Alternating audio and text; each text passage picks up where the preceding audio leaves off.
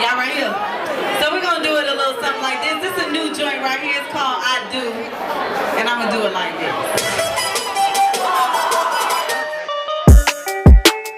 What up guys, Ali here and welcome to Ali Talks Music. Add me on Instagram and Ali Talks Music as well. And don't forget to subscribe and hit the notification bell. Now let's get into the video.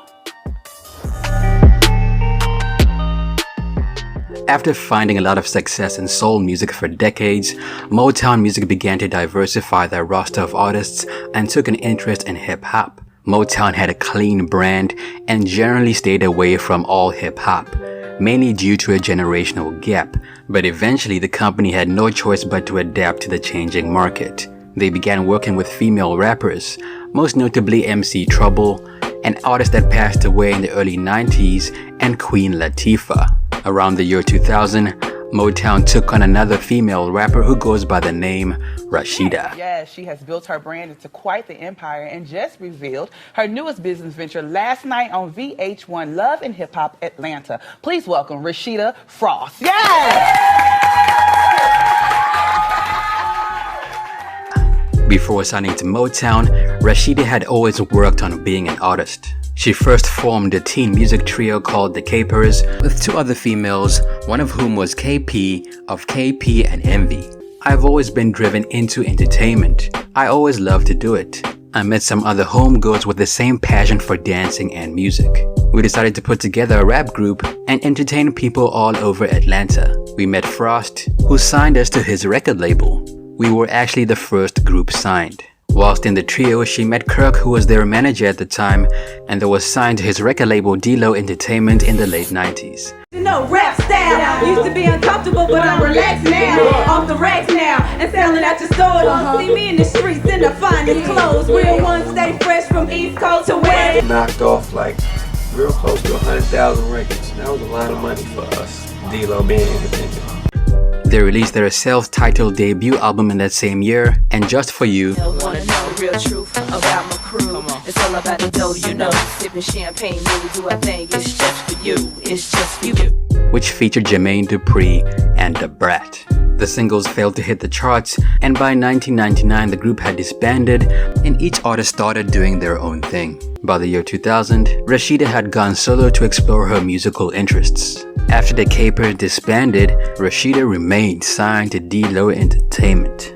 Now in the early 2000s, D-Lo and Motown Records joined forces and released Rasheeda's debut album, Dirty South. Yeah. The introduction, y'all, to my world. Dirty South, the album. Interestingly enough, the album was supposed to come out around the year 2000. However, after falling pregnant, Rasheeda had no choice but to postpone the album, a move that might have hurt her momentum. Now to her core fan base, Rasheeda's album was a delightful departure from her earlier sound. She sounded like a female version of Pastor Troy, but I think K. Michelle would disagree. I rap like Shorty Love. The self-proclaimed Queen of the South had several well-known artists on her album, including Pastor Troy, Thug Nation, and Nelly. Rasheeda's first single, Do It, helped the album gain popularity and firmly positioned her as a southern hip-hop artist. Generally, however, the album was a flop, and Motown Records let her go. The album produced two more singles, namely Get It On and Off the Chain, both of which failed to chart. Now, even though her first album was a flop, Rasheeda had not given up just yet. She went on to release her second album barely a year later, called The Ghetto Dream. It was released through her husband's label. While the second album fine-tuned Rasheeda's skills, it too was a flop and failed to chart. No singles were even released from it. She went quiet for a while to work on her music, but showed up here and there to collaborate on features such as Vibrate with P.D. Pablo, as well as Navia's single, You Like That. These niggas think they pimpin' the game. I ain't your average dame. Rasheeda put him to shame. Now, after disappearing for a while, Rasheeda released her third album, G.A. Peach. The piece featured a much more grown Rasheeda and focused more on dance-oriented tracks. It contained the biggest single of her career, Got That Good. The type of girl you wanna chew all of my bubble gum. The type of girl you wanna chew all of my bubble gum. Another two singles were released from this album, including Georgia Peach and Touch Your Toes. the latter of which failed to chart at all. The album as a whole debuted at number 81 on the Billboard 200. Rasheeda went on to release her fourth album in 2007 called That Type of Girl, and in that same year she was featured on Mims's track Like This, which was her highest charting feature, landing on multiple charts throughout the US. Like this. Do you wanna like this, like this, like this, like this? Around the same time, she formed Peach Candy, a hip-hop R&B duo with R&B singer-songwriter Candy Barres. Candy initially had no intention of joining forces with Rasheeda. However, after some convincing from her producer, she decided to go that route. Rasheeda was working on her album, and I wrote a hook for it for a song called Never Wanna Leave. My kid is so fine, make a nigga never wanna leave. It turned out hot, so I asked her to get on a song I was doing for my project. After that, Don Vito, who was producing most of our stuff, suggested that we keep recording together because it was different and hot. The duo didn't really go very far, releasing only a couple of songs and never quite breaking through into the mainstream. Not to be deterred, Rasheeda went back to dropping mixtapes and more music, and around 2009 she dropped her fifth album, Certified Hot Chick. 3 singles were released from the project, including Let It Go, Juicy, and Like a Peach. The album failed to chart once again, but the ever-energetic Rasheeda never gave up.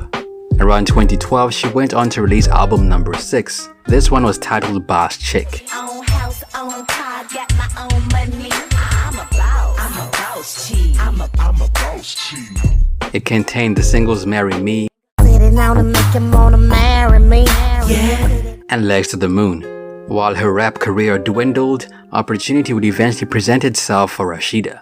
In that same year, around 2012, Rasheeda and her husband/manager Kirk got a spot in VH1's Love and Hip Hop Atlanta around 2012. Now, when Rasheeda first got on Love and Hip Hop, she had no idea how much of a life-changing moment it would be for her. The show put the spotlight on her career and her personal life, but mostly her personal life.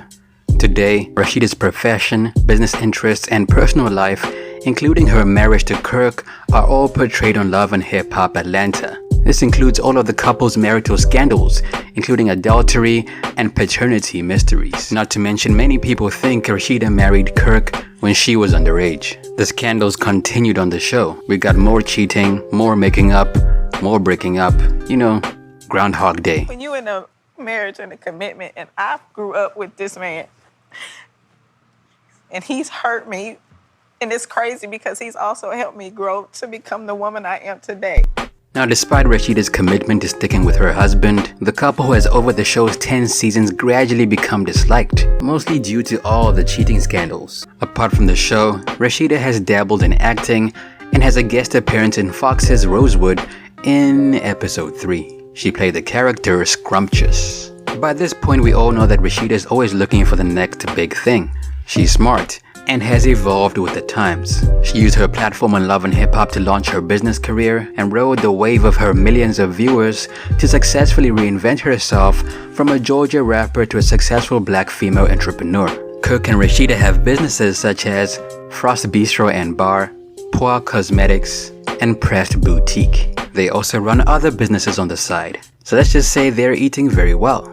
Although Rasheeda has a tight and hectic schedule, she still finds time to go into the kitchen and cook. She enjoys experimenting with new foods and frequently posts her meals on social media. She has a sizable fan base, both online and in person.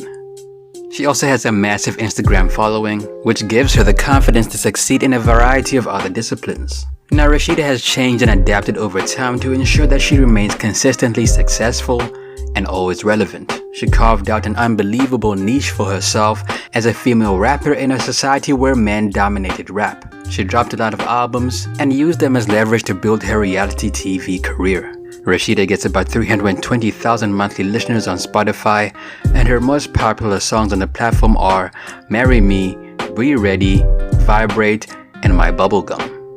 Oh, thank you. Thank you. You like my hair? Thank you. I got my little wigs, y'all. Y'all know I love wigs. In the bistro in Houston. I'm not sure. We have so much on our plate, and I don't know. But we do look to expand in the restaurant industry another restaurant, whether it's a Frost Bistro or another concept that we come with. Make sure you check out the new show, Boss Moves, exclusively on Philo. I'm so looking forward to sharing it with you guys. And what's Boss Moves? Boss Moves is my new show that you have to check out. It's on Philo. It's premieres tomorrow. So you got to go to philo.tv/Boss Moves. And you can do a 7-day free trial. And then you can subscribe. And it's $25 a month. So that hopefully answers your question. That's it for me, it's your boy Ali. What happened to Rasheeda in your opinion? Let me know down below.